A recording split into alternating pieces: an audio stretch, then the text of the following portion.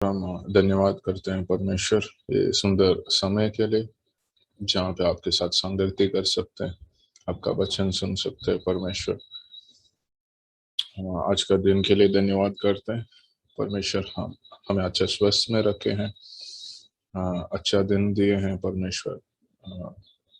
ये Bible study class में परमेश्वर हम सीखने के लिए परमेश्वर हमारा आँखों को और कानों को खोले परमेश्वर, सही तरीके से सुनने के लिए और आपका वचन को गहराई से देखने के लिए, समझने के लिए परमेश्वर।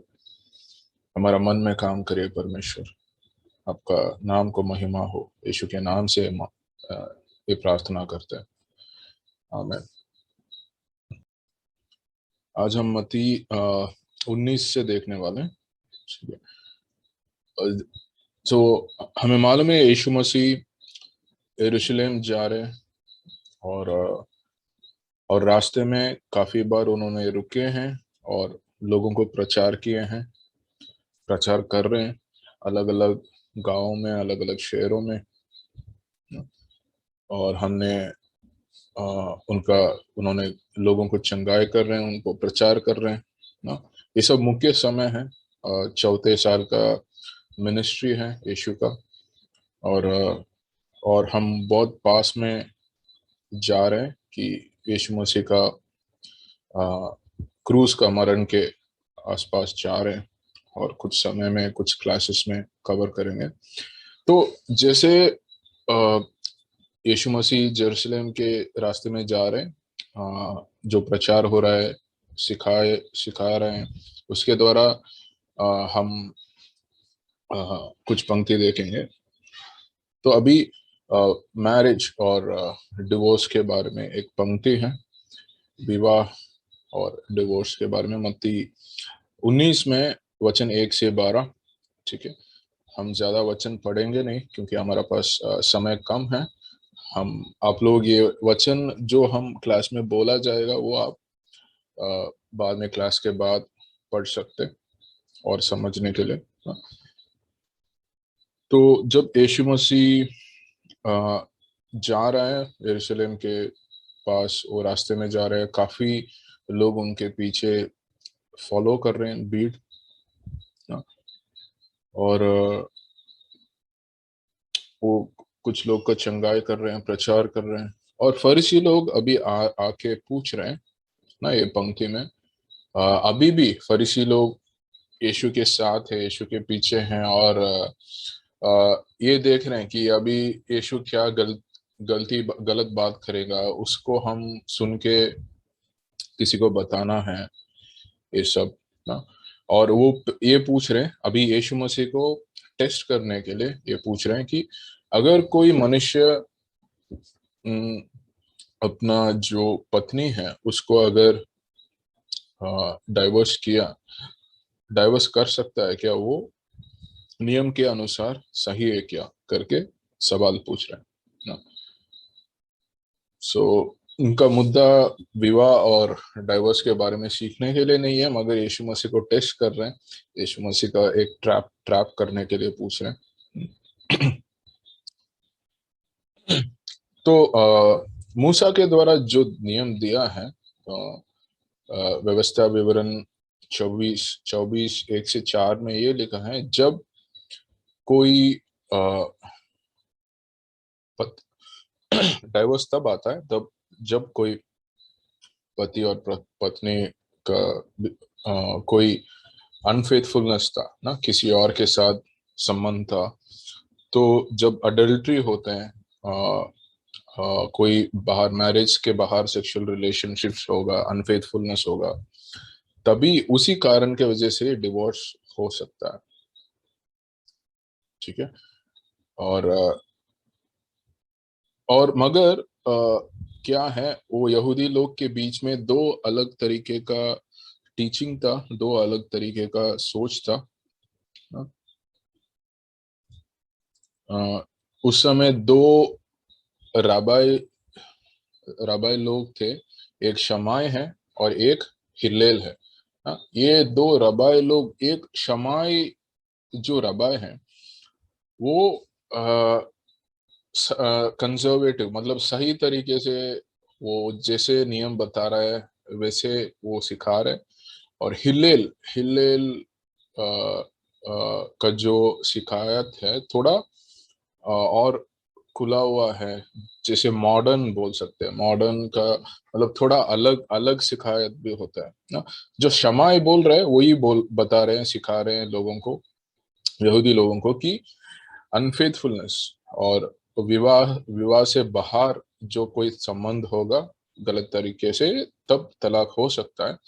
मगर हिलेल क्या सिखा रहा है, अगर तुम्हें पसंद नहीं हुआ, उनका खाना ठीक नहीं वो कर रही है, अगर आपको बीच में बच्चे नहीं हुआ कुछ साल से, कोई भी कारण, मतलब अनफेथफुलनेस के अलावा भी कोई और कारण के वजह से भी तलाक दे सकते हैं करके शिकायत चल रहा था।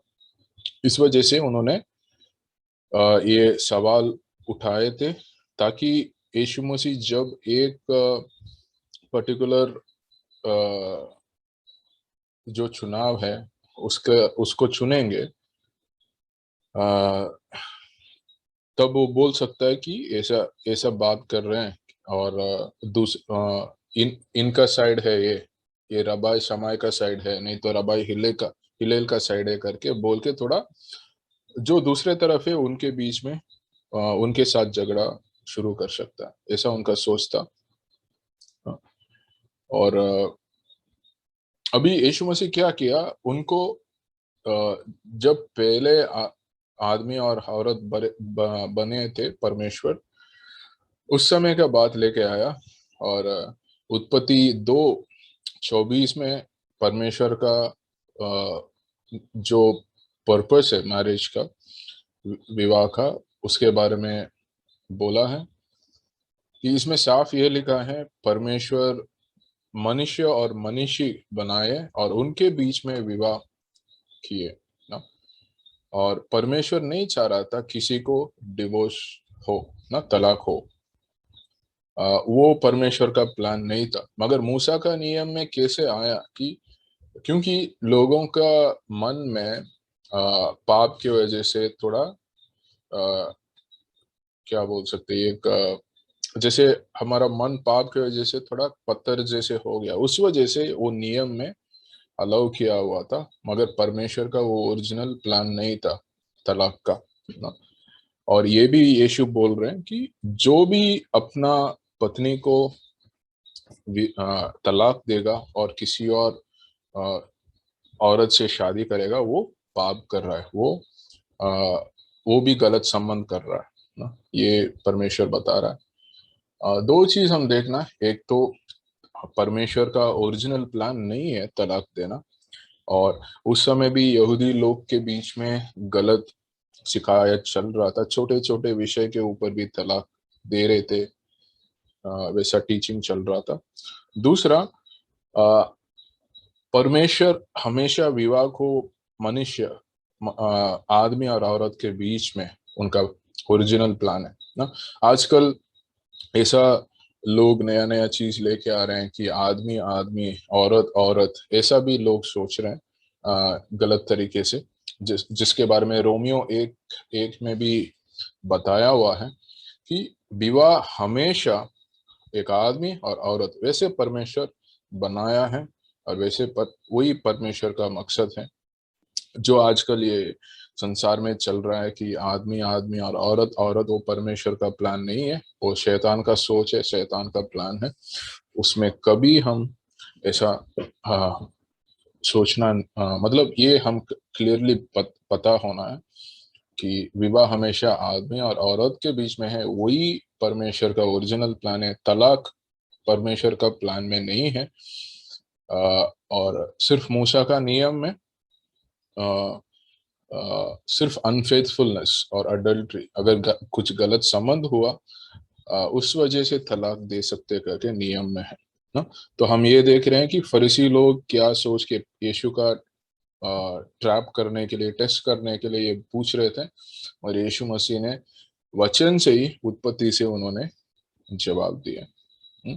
अगला एक बहुत बड़ा और अच्छा मुख्य पंक्ति है कि लाजरस के बारे में। लाजरस जैसे मरने के बाद वापस यीशु मसीह ने उनको जी उठाया। ये यूहन्ना 11 लगभग पूरा चैप्टर है।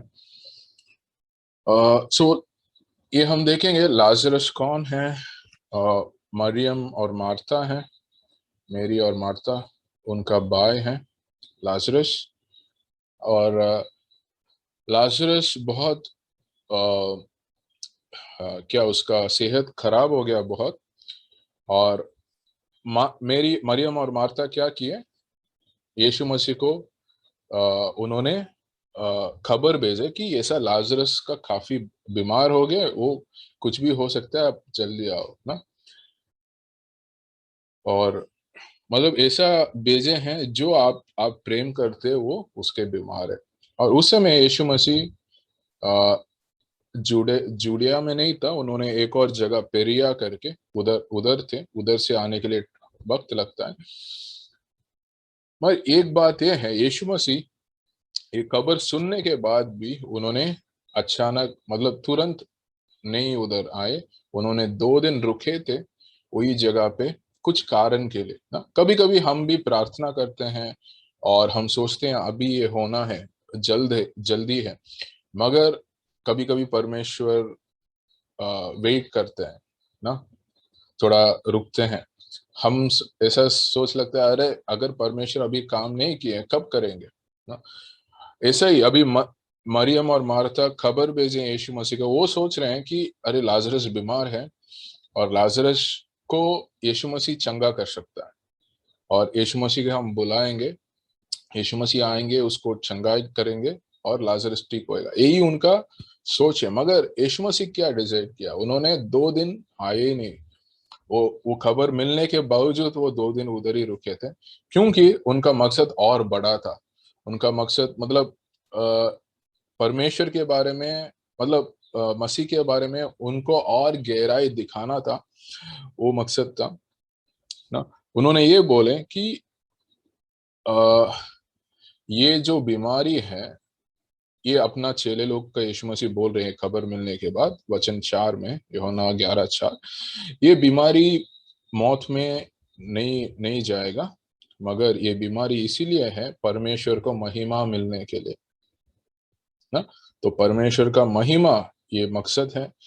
यीशु मसीह उधर 2 दिन रुका था। अभी सोचो, मरियम और मार्था को मालूम है, सब लोग इधर ध्यान दे दो, ठीक है, क्लास में। और मरियम और मार्था को मालूम है, खबर हमने भेजे हैं लाजरस के बारे में, पता है यीशु मसीह को। यीशु मसीह ये खबर सुनने के बाद भी वो 2 दिन उधर ही रुक रहे हैं। अभी मरियम और मार्था को मालूम है खबर यीशु मसीह को पहुंचा है, और क्यों यीशु मसीह उधर ही रुक रहे हैं, उनको थोड़ा आ, क्या हो रहा है, हर्ट हो रहा है ना।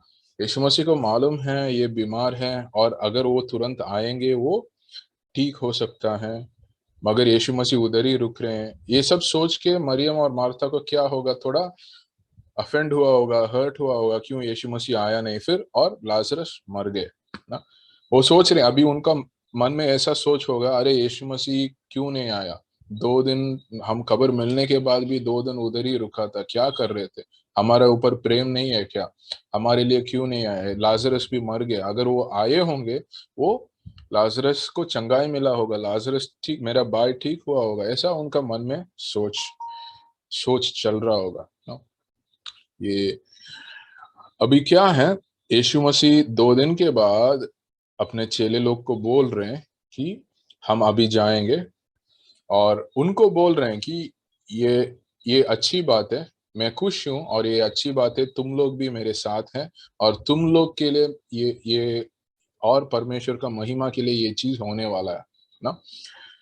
और यीशु मसीह और उनके चेले लोग जा रहे हैं कहाँ पे, बेथानी में। बेथानी कुछ लगभग 2-3 माइल है इधर से, जेरूशलेम से ना। जेरूशलेम से कुछ दूरी है, काफी दूर नहीं है। अ, और जैसे ऐसे बोल सकते, मतलब मुंबई मुंबई सेंट्रल से चर्च गेट उतना दूर है बोल सकते हैं लगभग। और मगर ये लोग कैसे जाएंगे, वो चल के पैदल में जाएंगे, नहीं तो कोई गधे के ऊपर कोई छोटा जानवर के ऊपर जा सकते हैं, तो उनको लेट होगा ना। अ, तो वो जा रहे हैं। अब अभी आप सोचिए, सुनिए। सो मरियम और मार्था घर पे हैं और यीशु उनके बेतनी के पास आ रहे हैं। बेतनी का गांव पहुंचने से पहले उनका कब्र मिल रहा है। घर पे मरियम और मार्था को यीशु आ रहे हैं रास्ते में। उस समय मरियम नहीं आ रही है बाहर, मरियम घर पे ही है। लाजरस मर चुका है, लाजरस मर के 4 दिन हो गया, क्योंकि यीशु मसीह उधर खबर सुनने के बाद 2 दिन रुके। उधर से इधर आने के लिए भी 1-2 दिन लगे होंगे, तो क्योंकि वो पैदल में आएंगे। और तो लगभग 4 दिन हो गया। तो मरियम का शायद मन में ऐसा है, अभी यीशु मसीह आके क्या करने वाले, जब आना था उस समय नहीं आए। तो उनका उसकी शायद अफेंड हो गया, हर्ट हो गया। वो घर पे ही है, सुनने के बाद भी बाहर नहीं जा रहे है। मार्था जा रही है बाहर। मार्था बाहर जाके और यीशु मसीह से मिल रही है और उससे बता रही है कि ऐसा लाजरस मर गया। और और यही बोल रही है, मार्था यही बोल रही है, अगर आप होते इधर, शायद लाजरस मरा नहीं होता, आप ठीक किए होंगे। और यीशु मसीह ये बोल रहा है, ये बहुत मुख्य वचन है ना। यूहन्ना 11:25 ना, जॉन 11:25 बहुत मुख्य वचन है। यीशु मसीह ये बोल रहा है कि इंग्लिश में ऐसा है, I am the resurrection and the life, he who believes in me will live even if he dies. मैं ये पुनरुत्थान हूँ और जीवन हूँ, जो मुझ पर विश्वास करता है वो मरने के बाद भी जीवित रहेगा ना। और मार्था को बोल रहे वो मर, और यीशु मसीह ये शब्द यूज करता है ना। वो जब हम मरण बोलते हैं, यीशु मसीह बोल रहे हैं वो सो रहा है ना। तो death is told us that he is sleeping. और यीशु बोल रहा है वो वापस उठेगा, जी उठेगा। और मार्था ये समझ रही है, हाँ अंत में सब विश्वासी लोग वापस जी उठेंगे, हमेशा के लिए स्वर्ग में रहेंगे। हाँ उस समय तो उठेगा, जी उठेगा। मगर यीशु मसीह उस समय का बात कर रहे थे। हम ये सोचेंगे, ये हुआ अभी मरियम आ रही है। मरियम घर पे थी, वो पहले नहीं आई, कुछ समय के बाद अभी मरियम आ रही है, वही बात बोल रही है, यीशु मसीह आप हुए होते तो ऐसा नहीं हुआ होगा, और लाजरस अभी मर गया। हाँ, ये सब बात हो रही है। और मरियम के साथ और भी यहूदी लोग आ रहे हैं, मरियम और मार्था दोनों रो रही हैं। उसको देख के यीशु मसीह का भी बहुत मन थोड़ा काफी तरस हो गया है। और ये भी इम्पोर्टेंट वचन है, यूहन्ना 11:35 ना, 35। ये बाइबल में सबसे छोटा वचन है ना। जीसस वेप्ट, यीशु मसीह रो रहे हैं ना। अब सोचो, परमेश्वर रो रहे हैं। काफी लोग सोचते हैं कि परमेश्वर कैसे रोएंगे, परमेश्वर कैसे मरेंगे क्रूस पे, ये परमेश्वर नहीं हो सकता, ये बहुत वीक है। कि मगर ये परमेश्वर का भी मन है, परमेश्वर का भी दिल है, वो हमारे ऊपर कंसर्न्ड है, वो हमारे ऊपर इंटरेस्टेड है। हमारा, हमें अगर कुछ बुरा होगा उनको भी हर्ट होगा, अगर हम कुछ गलत करते हैं, पाप करते हैं, उनको हर्ट होगा। जैसे एक पिताजी को, अगर उनके बच्चे कोई गलत कर रहे हैं, गलत तरीके में जा रहा है, पिताजी के ऊपर प्रेम नहीं कर रहा है, जैसे एक पिताजी को हर्ट होगा, वैसे परमेश्वर को भी हर्ट हर्ट होगा। तो यीशु मसीह उन्होंने रोए, ये वीकनेस नहीं है, ये एक प्रेमी वाला मन को दिखा रहा है ना। और वो पूरे तरीके से समझता है हम क्या कष्ट झेल रहे हैं, और वो बहुत कंसर्न्ड और बहुत प्रेमी है हमारे ऊपर, वो दिखा रहा है ना। तो उधर यहूदी लोग जो मरियम के साथ आ रहे थे, वो बोलने लगे, ये तो यीशु मसीह जो जिसका जन्म से अंधा था उसको भी चंगा किया, ये हुआ होता तो शायद लाजरस नहीं मरा होता ना। अभी यीशु मसीह क्या किए, लाजरस कहाँ पे है, हम उधर जाएंगे करके बोल रहे हैं। और एक उस समय में ऐसा करते थे, गुफा होता है जैसे केव होता है, उसके अंदर ही वो जो मरे हैं उन लोगों को रखते हैं, वो कब्रिस्तान जैसे बना हुआ होता है। और इसीलिए उधर जो मरण के लिए जो कपड़े वगैरह तो किसी ने मौत हो गया, उनको पूरा कपड़े बांधते हैं, उसके लिए कपड़े वगैरह भी रखते थे गुफा में ना। और वो गुफा में जा रहे, गुफा के पास जा रहे हैं, वो बोल रहे हैं इधर ही लाजरस को रखा हुआ है। और लाजरस मर के कितना दिन हुआ?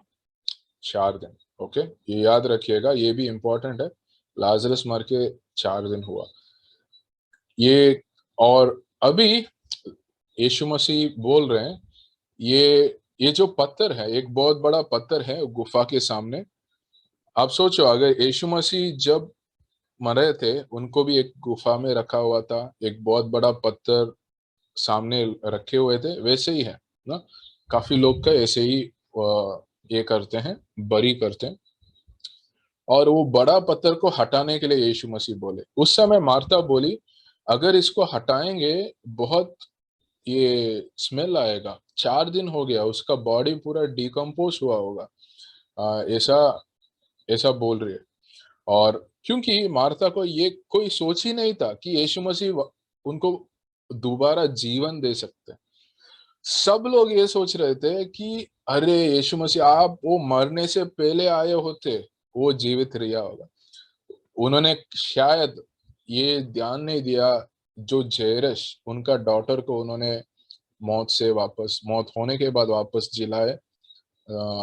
और एक विडो थी ना, नैन करके एक जगह पे एक विडो थी, उनका बेटा को, लोथा बेटा को उन्होंने जीवन दिए। वो सब शायद उन्होंने उस समय उनका मन में नहीं आया। और यीशु मसीह जैसे उन्होंने पत्थर हटाए, यीशु मसीह बोला लाजरस, मतलब आजा। हाँ, लाजरस आजा करके चिल्ला के बोला। उससे पहले उन्होंने अपना आंखों को आसमान में, स्वर्ग में दिखाए और परमेश्वर को प्रार्थना किया। हाँ, परमेश्वर पिता परमेश्वर से प्रार्थना किया। उसके बाद उन्होंने लाजरस उठा, आजा बोले, लाजरस कम। और लाजरस जो मरा हुआ था, जिसको कान सुन नहीं पाएगा मरने के बाद, और जिसके ऊपर पूरा कपड़े लपेटे हुए, वो बाहर आ रहा है। आप सोचो, एक मरा हुआ व्यक्ति जिसको सुन नहीं पाएगा, जिसका पूरा शरीर में पूरा कपड़े है बांधा हुआ है, वो बाहर आ रहा है। जीवन है, वो अपने आप बाहर आ रहा है जीवन के साथ। मतलब परम यीशु मसीह का वचन में उतना ताकत है, मतलब इससे बड़ा क्या मिराकल आपको चाहिए, ये दिखाने के लिए यीशु मसीह मसीहा है। उधर यहूदी लोग हैं, मरियम है, मार्ता है, उनके यीशु मसीह का चेले हैं, सब लोग देख रहे हैं। और यहूदी लोग उधर हैं, काफी लोग वचन बोल रहे हैं, काफी लोग यीशु मसीह के ऊपर विश्वास किए। और कुछ लोग क्या किए, फरीसी लोग के पास गए, उनको बोला है अरे यीशु मसीह ऐसा ऐसा किया है, उनके पास जाके कंप्लेन किया है। ठीक है, अब सोचिए इससे बड़ा और क्या चाहिए। कितने चंगाई यीशु मसीह ने दिखा दिया है, कितने चमत्कार किया है, कितने बार प्रचार किया है। इसके बाद आपका और कितना चाहिए यीशु मसीह मसीहा दिखाने के लिए, समझने के लिए। अभी भी कुछ यहूदी लोग ना विश्वास करके फरीसी शास्त्री लोग के पास जाके कंप्लेन किया। दो चीज हम देखेंगे। एक तो ये है, क्यों 4 दिन यीशु मसीह ने वेट किया ना। वो 2 दिन क्यों वेट किया? क्योंकि यहूदी लोग सोचते थे कि जब कोई मरेगा, उसके बाद हो सकता है 2-3 दिन में, 2-3 दिन तक उसका आत्मा आसपास ही रहेगा, और वापस उनका बॉडी में वापस वो आत्मा आ सकता है, जीवन हो सकता है। ऐसा उनका सोच था, ऐसा उनका बिलीफ था। क्योंकि उस समय मेडिसिन उतना ये ग्रो नहीं हुआ होगा। और उनको कभी कभी ये गलत तरीके से सोचते थे। कोई आदमी जो पूरे तरीके से मरा नहीं है, वो सोच सकते हैं अच्छा ये आदमी मर गया, और उसको बरी कर सकते। बरी करने समय उनको दिख रहा है अच्छा ये अभी भी जिंदा है ना। शायद कुछ समय ऐसा हुआ होगा कि वो जो आदमी रियली मरा नहीं है, मगर अनकॉन्शियस है, कोमा में है, कोई कोई और बात के वजह से वो रिस्पॉन्ड नहीं कर रहा है, उसको समझ रहे हैं कि वो शायद मर गया और उसको दफनाना जा रहे हैं और वापस वो ठीक जिंदा हो गया ऐसा। तो ये एक कारण हो सकता है। वो सोच रहे हैं कि 2-3 दिन में कोई उनका आत्मा वापस आ सकता है। तो अगर यीशु मसीह पहले गए होते और दूसरा दिन नहीं तो तीसरा दिन वो चमत्कार किए होंगे, यहूदी लोग क्या होंगे, बोले होंगे, अरे इसका आत्मा इधर आसपास घूम रहा होता इसीलिए आ गया, ये चमत्कार कुछ नहीं है। इसीलिए यीशु मसीह 2 दिन वेट किए और 4 दिन होने के बाद उन्होंने आके ये चमत्कार किए हैं, ताकि कोई भी बोल नहीं सकता लाजरस का आत्मा आसपास थे वो वापस आ गया, ये कुछ नहीं है ना। और ये साफ तरीके से दिखा रहे यीशु मसीह मसीहा है। मगर अभी फरीसी लोग थोड़ा बहुत ये हो गए, फरीसी लोग, और उधर ये भी लिखा है जो प्रीस्ट याजक लोग, ये दोनों एक बड़ा मीटिंग कर रहे हैं ये होने के बाद, ये सुनने के बाद, और ये बात कर रहे हैं कि फरीसी लोग बोल रहे हैं, अगर ये मनुष्य ऐसे ऐसे, आप सोचिए, ये मनुष्य अभी यीशु मसीह को कैसे देख रहे हैं, मनुष्य के तरह देख रहे हैं अभी भी।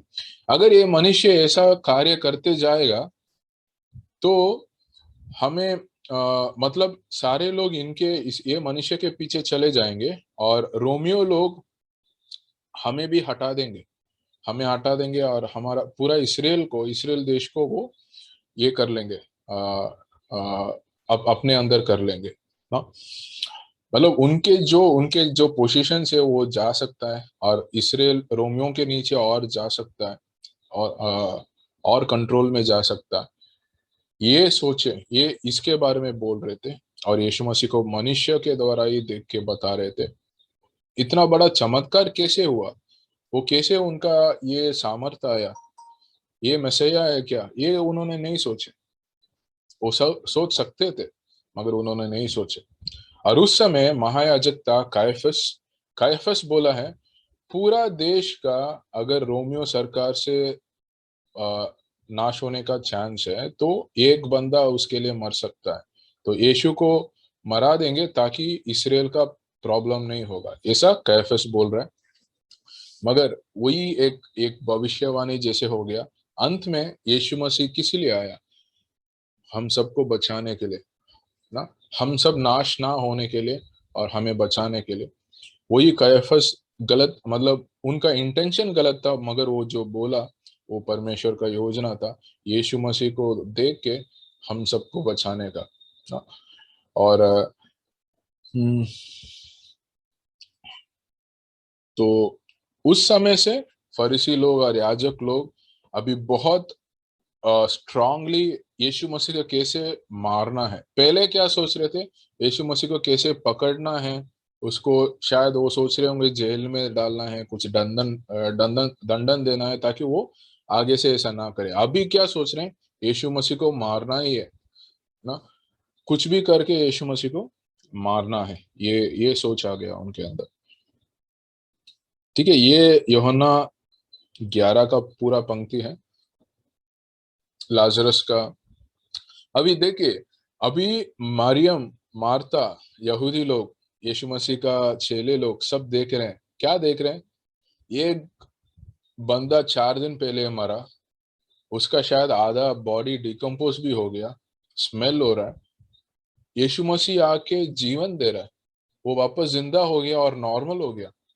मेरे भाई 4 दिन पहले मर गया, अभी मेरे से बात कर रहा है, ये कैसे हो सकता है, सिर्फ परमेश्वर ही ऐसा कर सकता है।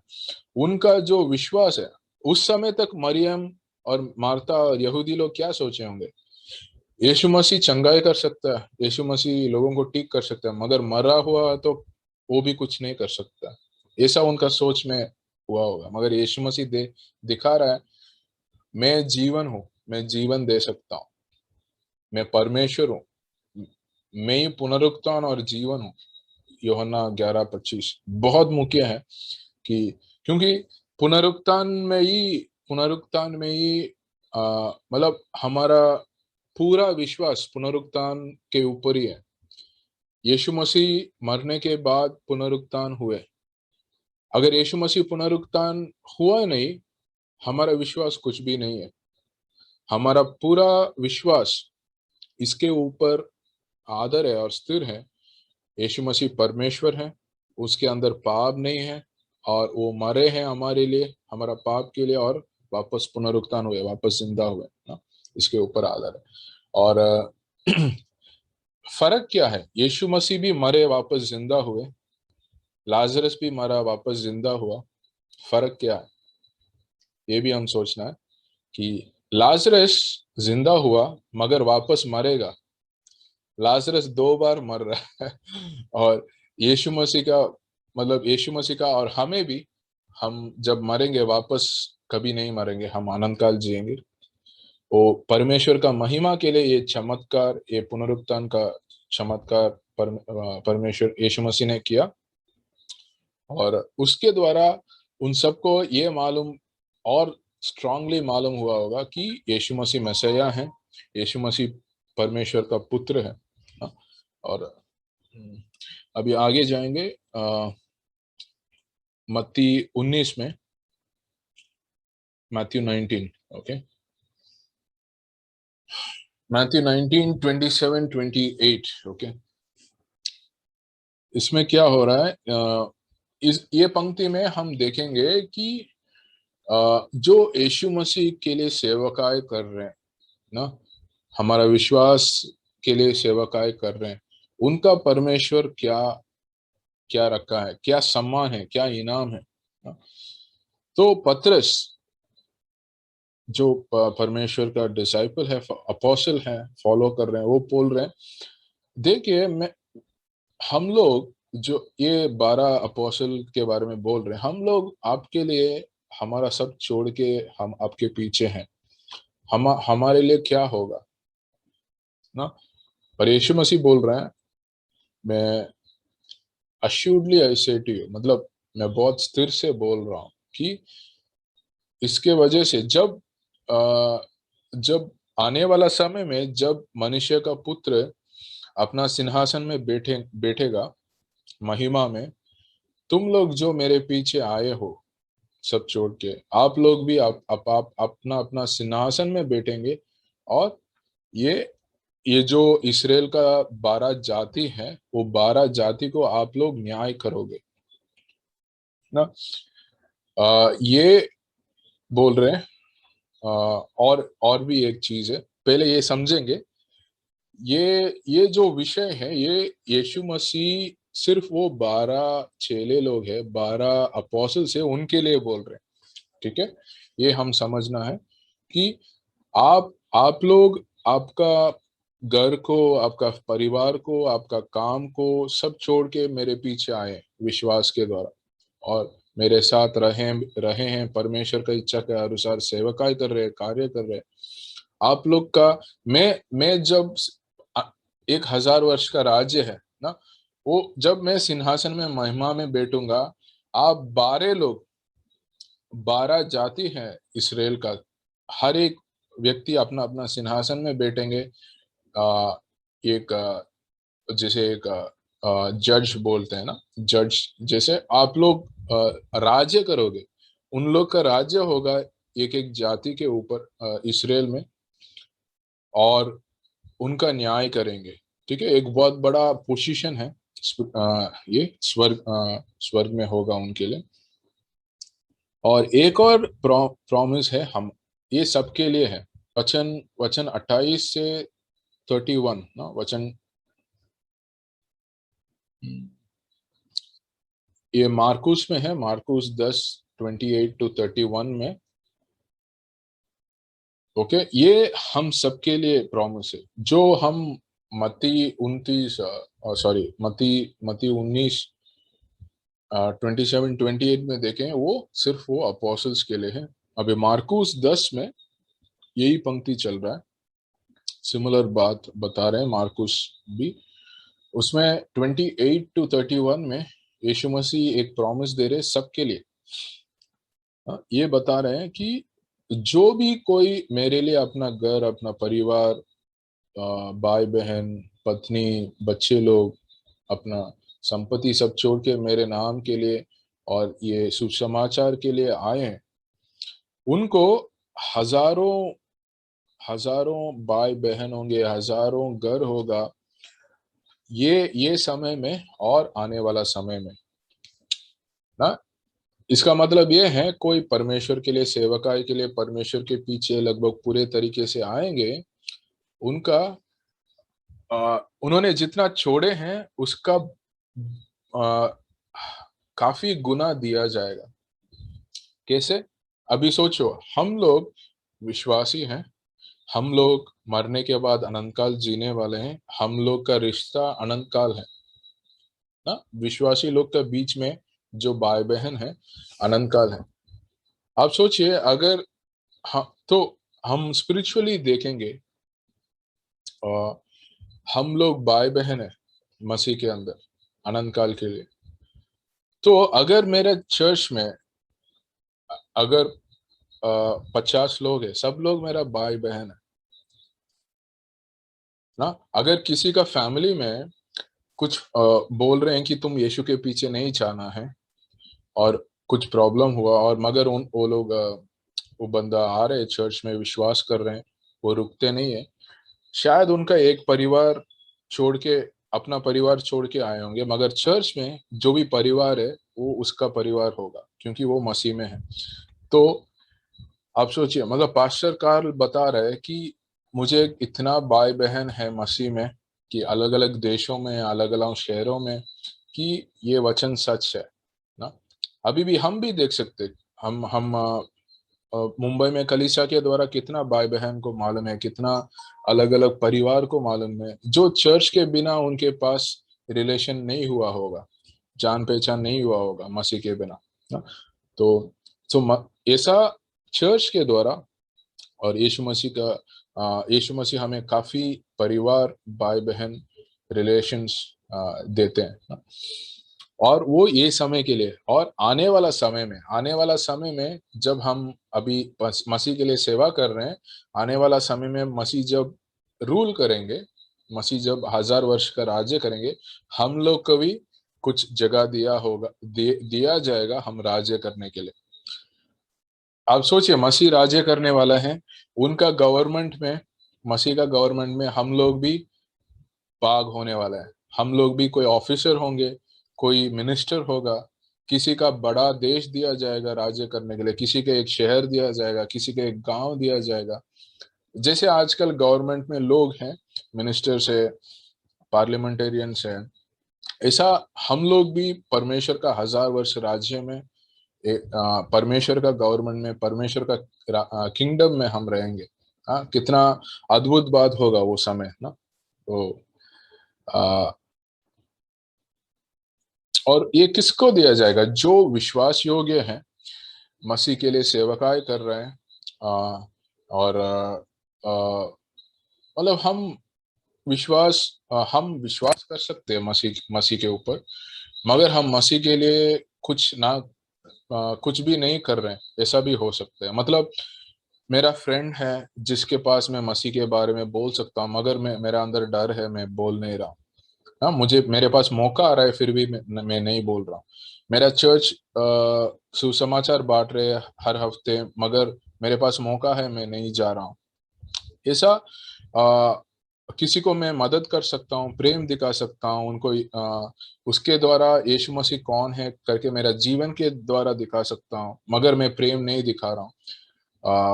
तो मतलब मेरा जीवन एक गवाही, मसीह का जीवन जैसे नहीं है, गवाही जीवन।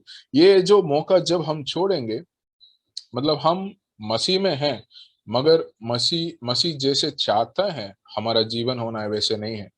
तो जो सेवकाई कर रहे हैं पूरे तरीके से, और जो मसीह का जीवन अपना जीवन में दिखा रहे हैं, उनको वो राज्य में भाग होगा। ओके, मत्ती 20 में अभी देखेंगे, मत्ती 20 1 से 6। इसमें एक जो अंगूर का बगीचे है, ओके, विनयार्ड बोलते हैं, अंगूर का बगीचे है, उसका एक ओनर है। ये ये ओनर है, इनका अंगूर का बगीचे में कुछ काम है, उसके लिए लोग को बुला रहे हैं, वो मार्केट में जा रहे हैं, जो काम करने वाले हैं उनको लेके आ रहे हैं, उनको बोल रहे हैं तुम पूरा दिन काम करो मेरे बगीचे में, और तुम्हें 1 दिनारे दूंगा। अब आप सोच लो, एक एक एक 500 रुपये है, ठीक है, एक दिन में ये 1 दिनारे दे रहे हैं। हमारा इसमें मतलब हम एग्जाम्पल को ले लेंगे, 500 रुपये दे रहे हैं। और क्या करते हैं, आप सोचो कि वो सुबह 9 बजे कुछ लोगों को लेके आया मार्केट से, वो काम करे, बोला गया था आप 5 बजे तक काम करो, 5 बजे जैसे काम खत्म होगा मैं 500 रुपये दूंगा, ठीक है। और ये ओनर वापस क्या कर रहे हैं, वापस 12 बजे मार्केट के पास जा रहे हैं, उधर देख रहे हैं और भी कुछ लोग काम के लिए वेट कर रहे हैं, उनको भी लेके आ रहे हैं, उनको बोल रहे हैं तुम भी 5 बजे तक काम करो। फिर वापस 2 बजे जा रहे हैं, 2 बजे जा रहे हैं और भी लोगों को लेके आ रहे हैं काम करने के लिए। और फिर 4 बजे जा रहे हैं, 4 बजे जाके और भी लोग देख रहे हैं मार्केट में काम के लिए, उनको भी लेके आ रहे हैं। सब लोग 5 बजे तक काम किए, 5 बजे का जैसे खत्म हुआ, और ये ओनर क्या कर रहे हैं, सब लोग को 500 रुपये दे रहे हैं। जो सुबह 9 बजे से 5 बजे तक काम किया उसको भी 500 मिल रहा है, जो 4 बजे आया, जो 2 बजे आया, उसको भी 500 रुपये मिल रहा है। अभी क्या हुआ, जो सुबह काम किया ना, 9 बजे आया काम किया, वो लोग पूछने लगे आप क्यों आप क्यों हमें कम दे रहे। उनको भी 500 रुपये, हम तो बहुत ज्यादा काम किया, हमें भी 500 रुपये मिल रहा है। और यीशु मसीह मतलब वो लैंड ओनर बोला कि, बगीचे के जो ओनर बोला, जब तुम्हें लेके आया उस समय तुम्हें बोला तुम 9 से 5 बजे काम करना है, तुम्हें 500 रुपये मिलेगा, तुमने भी हाँ बोला, इसलिए आया। और जो मैं प्रॉमिस किया जितना पैसा दूंगा वो मैंने दिया है, उसमें गलत मैं क्या किया। अगर वो कम काम किया उसको मैं 500 रुपये दिया, तुम्हारे क्या लेना देना है, जो तुमसे बात किया उतना पैसा तो तुम्हें दे दिया, कम नहीं दिया ना। अभी ये पंक्ति के द्वारा हम क्या सीखना चाह रहे हैं, क्या बता रहे हैं, परमेश्वर वो लैंड ओनर परमेश्वर है ना। परमेश्वर हमें लोगों को अलग अलग समय बुला रहे हैं। आप सोचो, सब लोग एक ही उम्र में विश्वास में नहीं आते ना। कोई 5th स्टैंडर्ड में विश्वास में आते हैं, कोई कोई 10th स्टैंडर्ड में विश्वास में आते हैं, कोई कॉलेज में विश्वास में आते हैं, कोई हो सकते हैं 50 साल होने के बाद विश्वास में आते हैं, अलग अलग समय में विश्वास में आते हैं ना। और परमेश्वर क्या बताना चाह रहे हैं, अगर तुम मुझसे सेवा करेगा और बहुत कमिटमेंट से, विश्वास से, सच्ची दिल से मुझे सेवा करता है, तुम कभी भी तुम विश्वास में आएगा, तुम्हारा इनाम सम्मान अच्छा होगा ना। हो सकता है मैं 20 साल में विश्वास में आ गया, और मैं परमेश्वर के लिए उतना सेवा नहीं किया, मैं बस चर्च में आ रहा हूँ, जा रहा हूँ, संडे आ रहा हूँ चर्च में, वापस जा रहा हूँ, बाकी दिन बस काम कर रहा हूँ, संसारिक जीवन जी रहा हूँ, कुछ सोच नहीं है परमेश्वर के लिए क्या करना है, कैसा रहना है, वो बस संडे क्रिश्चियन। कुछ लोग ऐसा है, मसीह को मानते हैं मगर आते हैं चर्च को सिर्फ क्रिसमस को और ईस्टर को, क्रिसमस और ईस्टर क्रिश्चियन। कुछ लोग संडे क्रिश्चियन है, और हम लोग ऐसा नहीं है ना। हम लोग लगभग 3-4 बार मिलते हैं, हम हर एक हफ्ते में। और हम लोग, हमारा चर्च में सब लोग कुछ ना कुछ सेवा कर रहे हैं, कोई चाय अरेंज अरेंज कर रहे हैं, कोई वर्शिप टीम में है, कोई इवेंजलिज्म में जा रहे हैं, कोई बाइबल क्लास में है। तो हमारा चर्च और मैच्योर है, और सेवकाई में है ना। हम लोग ग्रो हो रहे हैं स्पिरिचुअली। तो मगर काफी चर्चेस ऐसा नहीं है, काफी लोग चर्चेस में इतना समय नहीं बिता रहे हैं, इतना सेवा नहीं कर रहे हैं ना। और तो परमेश्वर ये बोल रहे हैं, अगर तुम कमिटमेंट से और सच्चे दिल से, प्रेम से तुम मेरे लिए सेवा करेंगे, वो 5 घंटे हो, 1 घंटे हो, तुम्हें इनाम मिलेगा। अगर मैं 40 साल संडे क्रिश्चियन रहा, परमेश्वर के लिए सेवा छोटा छोटा मोटा कहीं किया, वो भी आधे मन से, आधे दिल से, मुझे क्या क्या इनाम मिल सकता है। मगर शायद मैं 10 साल के लिए, मैं 50 साल में मैं विश्वास में आया, 60 साल तक ही जिया, मगर वो 10 साल में मैं बहुत कमिटमेंट से, पूरे बहुत कमिटेडली और बहुत प्रेमी से, मैं दिल से मैं परमेश्वर के लिए सेवा किया। उसको परमेश्वर सम्मान देता है ना। वही ये बता रहे हैं कि अगर आप परमेश्वर के लिए सेवा किए सच्चे दिल से, आप 50 साल किए हैं 10 साल किए, वो फर्क नहीं पड़ता। आपका दिल दिल कैसा था सेवा करने में? परमेश्वर का महिमा के लिए सेवा कर रहे थे, परमेश्वर का योजना के लिए सेवा कर रहे थे, परमेश्वर को प्रेम से कर रहे थे। क्योंकि हम सेवा काफी कर सकते, मैं वर्शिप टीम में हो सकता हूँ, मैं बाइबल पढ़ सकता हूँ, मैं हर बाइबल क्लास अटेंड कर सकता हूँ, मैं आउटरीच जा सकता हूँ, हेल्प कर सकता हूँ, मगर अगर मैं वो प्रेम से नहीं किया ना, नहीं तो परमेश्वर का महिमा के लिए नहीं किया, तो वो वेस्ट होगा। अगर मैं ऐसा करूंगा, अरे मैं अगर ये चेयर अरेंज करूंगा तो लोग मुझे देखेंगे मैं अच्छा सेवा कर रहा हूँ, अगर मैं प्रेयर करूंगा लोग बोलेंगे अच्छा कितना प्रेयर कर रहा है, अगर मैं गाऊंगा लोग देख के बोलेंगे अरे इतना अच्छा गा रहा है, परमेश्वर के लिए इतना डिवोशन कर रहा है ना। ये देखने के लिए अगर खुद का महिमा के लिए करेंगे वो व्यर्थ होगा। अगर बिना प्रेम का मन में, अगर बिना प्रेम लोगों को भी अंदर लोगों के लिए बिना प्रेम का, परमेश्वर के लिए बिना प्रेम का कुछ भी सेवकाई करेंगे वो व्यर्थ होगा ना। हम प्रेम से करना है, जो भी हम कर रहे हैं छोटा हो बड़ा हो, हम प्रेम से करना है। सेकंड, महिमा परमेश्वर का महिमा के लिए करना है, हम मेरा नाम के लिए नहीं। मेरा नाम के लिए जो भी मैं करूंगा वो वेस्ट होगा, वो व्यर्थ होगा। मैं जो बिना प्रेम का जो भी काम करूंगा वो भी वेस्ट होगा, उसका कोई फल नहीं होगा ना। मैं परमेश्वर का महिमा के लिए करना है हमेशा, और प्रेम प्रेम के साथ करना, प्रेम के जो भी करना है प्रेम के साथ। मैं चाय भी दे रहा हूँ किसी को, मैं प्रेम से, प्रेमी दिल से मैं हंस के मैं लोगों को दे सकता हूँ, वो परमेश्वर उसको इनाम देते हैं ना। अ, तो ये पंक्ति के द्वारा परमेश्वर वही वही देना चाह रहे हैं, वही बोलना चाह रहे हैं। हमारा मन बहुत मुख्य है, हाँ, परमेश्वर का महिमा और प्रेमी दिल से करना बहुत मुख्य है। उनका सबका इनाम होगा। मतलब कितना समय के लिए वो मैटर नहीं करता है। कुछ समय, कुछ कभी कभी हम ये सोच सकते हैं अरे मैं 50 साल का उम्र में ही मैं परमेश्वर के अंदर आया, अगर मैं 20 साल का उम्र में आया होता मैं और कितना सेवा किया होता ना। ऐसा नहीं है, हम जो भी सेवा कर रहे हैं उसमें अगर हम प्रेम से और परमेश्वर का महिमा के लिए करेंगे, वही परमेश्वर देखता है, उसके लिए इनाम और सम्मान होता है। ओके, जय मसीह।